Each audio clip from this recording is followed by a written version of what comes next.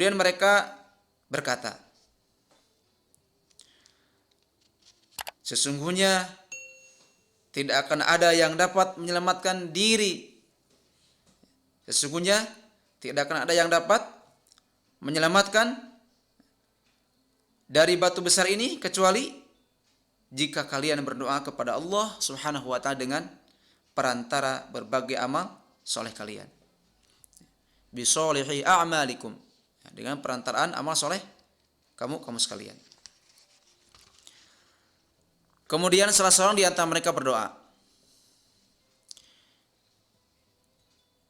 ya Allah, aku mempunyai 2 orang tua yang sudah lanjut usia. Dan aku terbiasa tidak memberi minuman berupa susu kepada keluarga serta budak belianku sebelum menyuguhkan minuman itu kepada keduanya. Suatu hari, aku mencari kayu ke tempat yang jauh. Dan aku tidak kembali kecuali keduanya telah tertidur. Lantas aku memerah susu untuk keduanya. Dan aku mendapati keduanya masih terlalap. Aku pun enggan membangunkan keduanya. Dan enggan memberi minum susu itu untuk keluarga atau budakku sebelum aku memberikannya kepada kedua orang tuaku. Dan dengan mangkuk masih berada di tanganku, aku terus menunggu sampai keduanya terbangun. Aku tetap menunggu hingga fajar terbit. Sedangkan anak-anak merengek-rengek di kedua kakiku.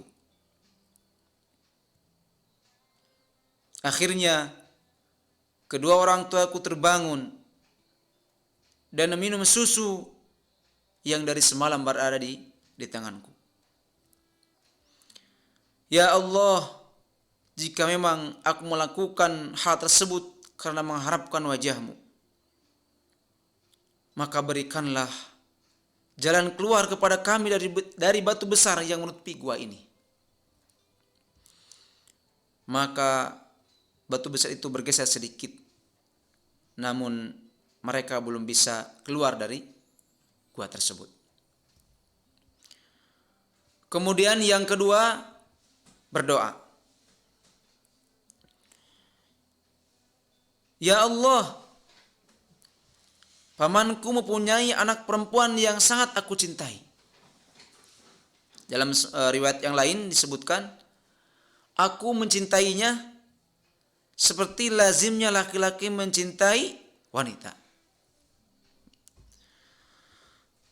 Kemudian aku bermaksud mencampurinya, tetapi dia menolaknya. Beberapa tahun setelah itu, dia mendapati kesulitan hingga memaksanya datang kepadaku. Kemudian aku memberinya 120 dinar. Dan dia membiarkan diriku berbuat apa saja terhadap dirinya. Maka aku melakukan apa yang menjadi kehendakku selama ini. Hingga ketika aku hendak mencampurinya, di dalam riwayat yang lain disebutkan, ketika aku duduk di antara kedua kakinya. Falamma qa'adtu baina rijlaiha.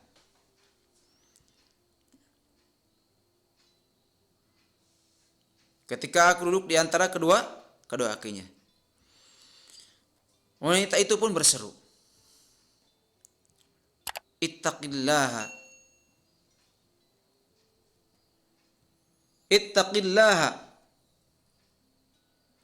wa la tafuddal khatama illa bihaqqihi. Bertakwalah kepada Allah dan janganlah kamu pecahkan cincin yakni merenggut kesucianku terkecuali dengan cara yang hak, dengan cara yang benar. dengan cara dinikahi maksudnya. Aku pun berpaling darinya.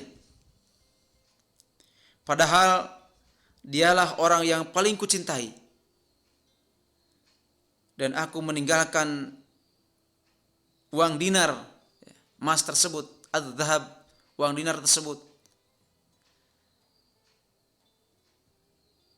120 dinar tersebut yang tadi kuberikan kepadanya. Ya Allah, jika aku memang berbuat hal tersebut karena mengharapkan wajah-Mu, maka berikanlah jalan keluar bagi kami dari keadaan yang kami alami sekarang ini. Maka batu besar itu pun bergeser sedikit lagi. Namun mereka belum bisa keluar dari gua tersebut. Nah, kemudian yang ketiga berdoa. Ya Allah, aku mempekerjakan beberapa orang. Ya Allah, aku mempekerjakan beberapa orang. Aku telah memberi upah mereka masing-masing.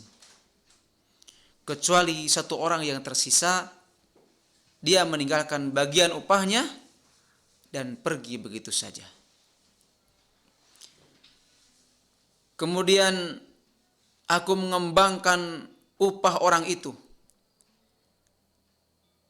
hingga darinya yang tidak seberapa berkembang menjadi harta benda yang banyak. Sehingga dari upah yang dia tinggalkan tersebut yang ukurannya tidak seberapa berkembang menjadi harta benda yang sangat banyak. Selang beberapa waktu kemudian, orang itu kembali menemuiku seraya berkata, Ya Abdullah, wahai hamba Allah, berikanlah upahku. Berikanlah upahku. Maka aku pun berkata, semua yang kamu lihat ini adalah hasil dari upahmu. Baik yang berupa unta, sapi, kambing, maupun budak-budak. Namun dia menanggapi, Hai hamba Allah, janganlah kamu mengolok-olokku. Aku sama sekali tidak mengolok-olokmu, tegasku. Lantas dia mengambil semua harta tadi dan membawanya tanpa menyisakannya sedikit pun. Ya Allah, jika aku memang melakukan hal tersebut karena mengharapkan wajah-Mu, maka berikanlah jalan keluar untuk kami dari tempat ini. Maka batu besar itu pun akhirnya bergeser, sehingga mereka bertiga bisa keluar dari gua tersebut dengan berjalan kaki. Muttafaqun alaih. Hadis ini diriwayatkan oleh Imam Bukhari dan Imam Muslim. Sahabat sifar mati Allah Subhanahu wa taala, hadis yang lumayan agak panjang ini, tidak seperti biasanya. Ini menggambarkan kepada kita sekalian sangat banyak sekali beberapa ibrah yang dapat kita ambil, yang mana Rasulullah SAW di sini mengisahkan kepada kita sekalian, ternyata di antara umat-umat terdahulu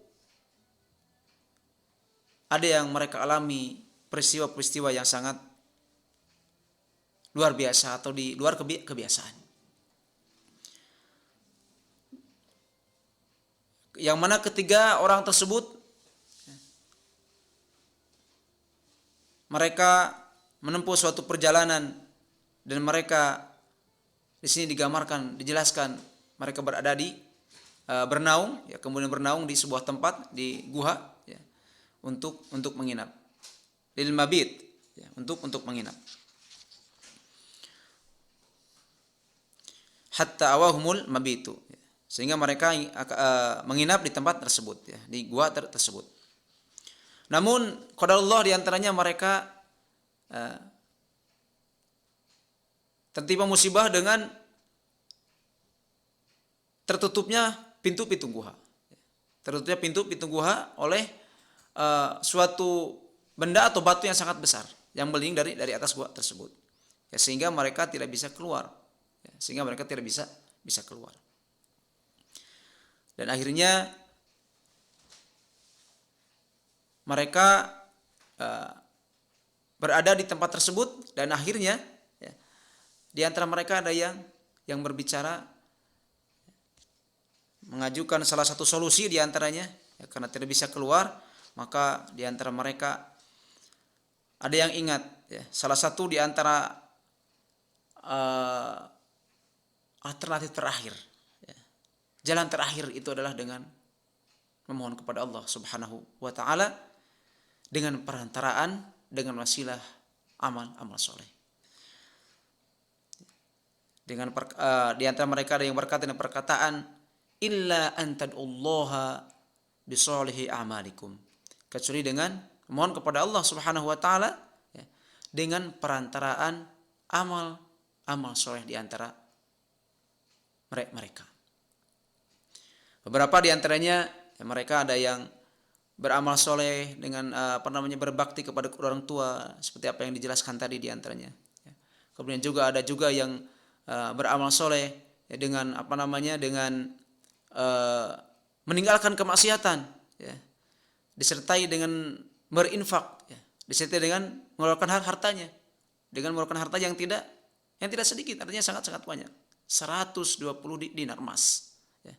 Coba kita bisa bayangkan dibandingkan dengan dengan perbandingan uang rupiah saat ini. 120 dinar, ya, mata uang emas, ya. Dinar itu mata uang emas. 120 dinar. Ya. Menginfakkan hartanya, kemudian juga tidak jadi ingin melakukan kemaksiatnya. Tidak jadi ingin melakukan kemaksiatan, berzina, tidak jadi. Ingat dengan dikatakan ittaqillah, bahwa lawan jenis tersebut atau perempuan tersebut, ya, putra pamannya tersebut mengatakan ittaqillah, bertakwalah kepada Allah, dan janganlah engkau pecahkan cincinku, artinya janganlah